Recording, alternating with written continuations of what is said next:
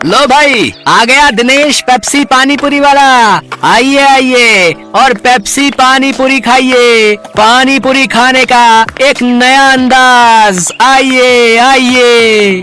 दिनेश जैसे ही बाजार में अपना ठेला लाते हुए आवाज लगा रहा होता है तो पहले से ही वहाँ खड़े पानी पूरी वाले उसका मजाक उड़ाते हैं।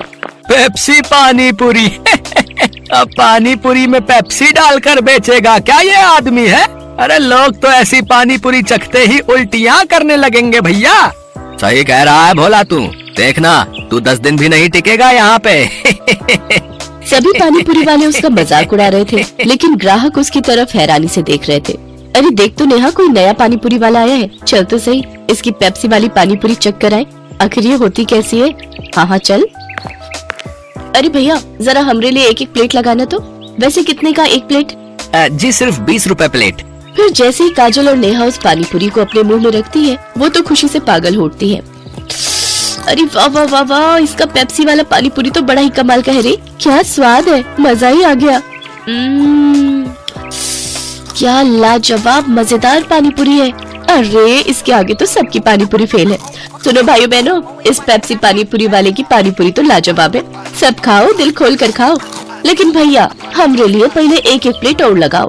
उन दोनों के इतना कहते ही दिनेश के ठेले के आसपास भीड़ लग जाती है। सभी उसकी पानी पूरी को चखने के लिए बेताब हो जाते हैं। भैया मेरे लिए जल्दी से एक प्लेट लगा दो भैया। अरे अभी तू ठहर भैया, तू मेरे बाद आया था, पहले मैं खाऊंगा। हाँ भैया मेरा। अरे अरे सब्र करो भाई, सब्र करो। मेरी पेप्सी पानी पूरी तुम सबको मिलेगी, ठीक है? दिनेश की पेप्सी वाली पानी पूरी ने सब पर ऐसा जादू चलाया कि उसका धंधा जोरों से चल पड़ा। उस दिन के बाद वो जैसे ही ठेला लगाता उसकी कमाई शुरू हो जाती। अगर कुछ महीने ऐसे ही कमाई होती रही तो वो दिन दूर नहीं जब मेरे बंटू का इलाज हो जाएगा और वो पूरी तरह ठीक हो जाएगा। बंटू दिनेश का 7 साल का बेटा था और उसके दिल में छेद था। उसके ऑपरेशन के लिए डॉक्टर ने काफी खर्चा बताया था। दिनेश जब भी शाम को घर लौटता तो बंटू अक्सर उससे पूछता, पापा आपने मेरे इलाज के लिए पैसे जोड़ लिए क्या? अब कुछ ही महीनों की बात है बेटा, मैं जल्दी ही तेरे इलाज के लिए पैसे जोड़ लूंगा। ऊपर वाले की दुआ से अपना पेप्सी पानी पूरी का धंधा बहुत अच्छा चल रहा है। सच्ची पापा?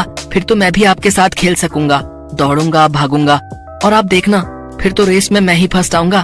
दिनेश की बीवी संध्या जब भी अपने बेटे को ये कहते सुनती तो वो कहती, तू बिल्कुल भी परेशान मत हो बंटू, मैं रोज मंदिर जाकर तेरे ठीक होने के लिए भगवान से प्रार्थना करती हूँ। तू देखना भगवान तुझे बहुत जल्द ठीक कर देंगे। एक दिन दिनेश के ठेले पर हीरो नाम का अधेड़ उम्र का आदमी उसकी पानी पूरी चखने आता है। वो नशे में होता है, तभी उसकी नजर दिनेश के गले पर जाती है। किसी ने ठीक ही कहा था इसके बारे में, इसका गल्ला तो लबालब नोटों से भरा हुआ है भाई। हीरो एक ठग, शराबी और जुआरी किस्म का आदमी था। उसका काम ही लोगों को ये सब बुरी लत लगाना था। दिनेश के भरे गले को देखने के बाद हीरो उससे कहता है, अरे सुना है कि तेरे बेटे को कोई बड़ी बीमारी है अभी है और उसके इलाज के लिए तुझे लाखों चाहिए? हाँ भाई सही सुना है, मुझे मेरे बेटे के इलाज के लिए कई सारे पैसों की जरूरत है। तो तुझे क्या लगता है इस ठेले से तू लाखों रुपए कम समय में कमा पाएगा? इसके लिए तो तुझे कई साल लग जाएंगे। हाँ लेकिन इसके अलावा मैं और कर भी क्या सकता हूँ भाई? देख इसमें मैं तेरी मदद कर सकता हूँ। अगर तुझे हफ्ते भर में ही 5 लाख रुपए कमाने हो तो मुझे आकर मिल लेना। ये रहा मेरा पता, ठीक है ना? अच्छा अब मैं चलता हूँ, ठीक है भाई? आखिर ऐसा कौन सा रास्ता है इसके पास जो ये मुझे एक हफ्ते में इतने पैसे कमा कर दे देगा? खैर मुझे क्या, मुझे तो बस अपने बेटे के इलाज के लिए पैसे से मतलब है। एक काम करता हूँ, एक बार जाकर इससे मिल ही लेता हूँ। यही सब सोचकर एक दिन दिनेश जाकर हीरो से मिलता है। उसे ऐसे सपने दिखाता है कि दिनेश ज्यादा पैसे कमाने के लालच में उनके साथ जुआ खेलने लग जाता है। कल मैंने 1000 रुपए लगाकर 2000 कमाए थे।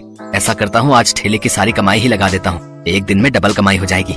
धीरे धीरे दिनेश को जुए के साथ साथ शराब की लत भी लग जाती है। शराब की लत उसे ऐसी लगती है कि उसका अपने काम में मन ही नहीं लगता और वो ठेले पर खड़ा होकर भी शराब के नशे में डोलता रहता है। भैया एक प्लेट लगाना तो। अरे लगता है इस आदमी ने तो शराब पी रखी है। चलो चलो हमें नहीं खानी इसकी पानी पूरी, चलो दूसरी वाली पानी पूरी खाने चलते हैं। धीरे धीरे दिनेश के सभी ग्राहक कट जाते हैं और वो सभी दूसरे पानी पूरी वालों के पास जाकर पानी पूरी खाते हैं। ये देख भोला और राजू बहुत खुश होते हैं।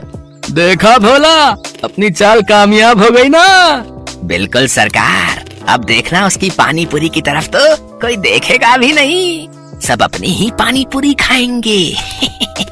कुछ दिन ऐसे ही बीतते जाते हैं। अपने धंधे को मंदा देख दिनेश शराब और जुए की लत में और डूब जाता है और उसका बचा खुचा धंधा भी चौपट हो जाता है।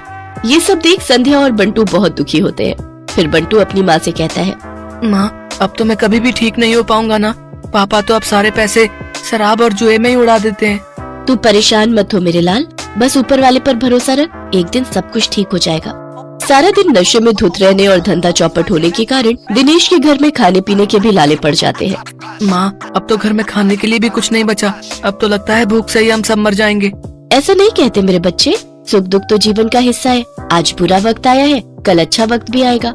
ऐसे ही कुछ समय और बीत जाता है। फिर एक दिन उस बाजार में एक आदमी आता है जो सबको पर्चे बांट रहा होता है।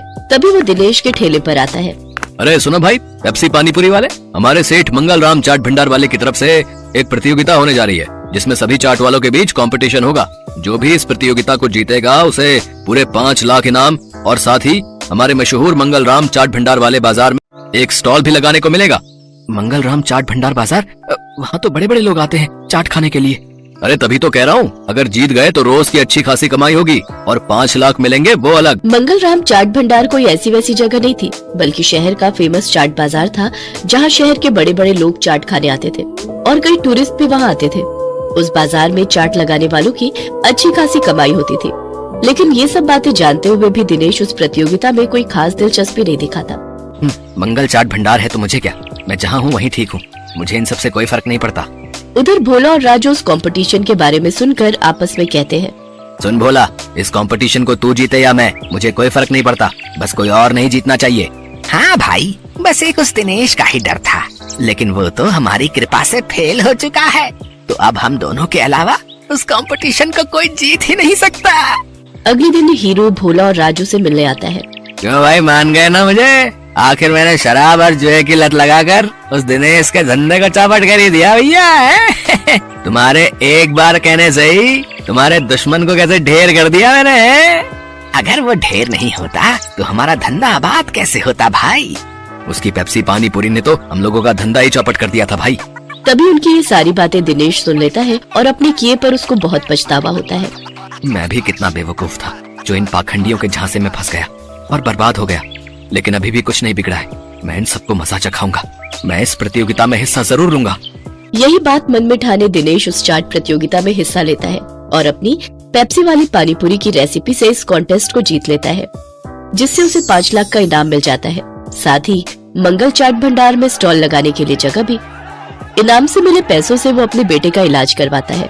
बंटू पूरी तरह से ठीक हो जाता है और वो भी दूसरे बच्चों की तरह खेल कूद करने लगता है। दिनेश की पेप्सी पानीपुरी अब मंगत राम चाट भंडार की जान बन गई थी। उस बाजार में जो भी ग्राहक आता वो उसकी पानीपुरी चखे बिना वापस नहीं जाता। उसकी तरक्की देख राजू, भोला और हीरो को अपनी करनी पर बड़ा पछतावा होता है।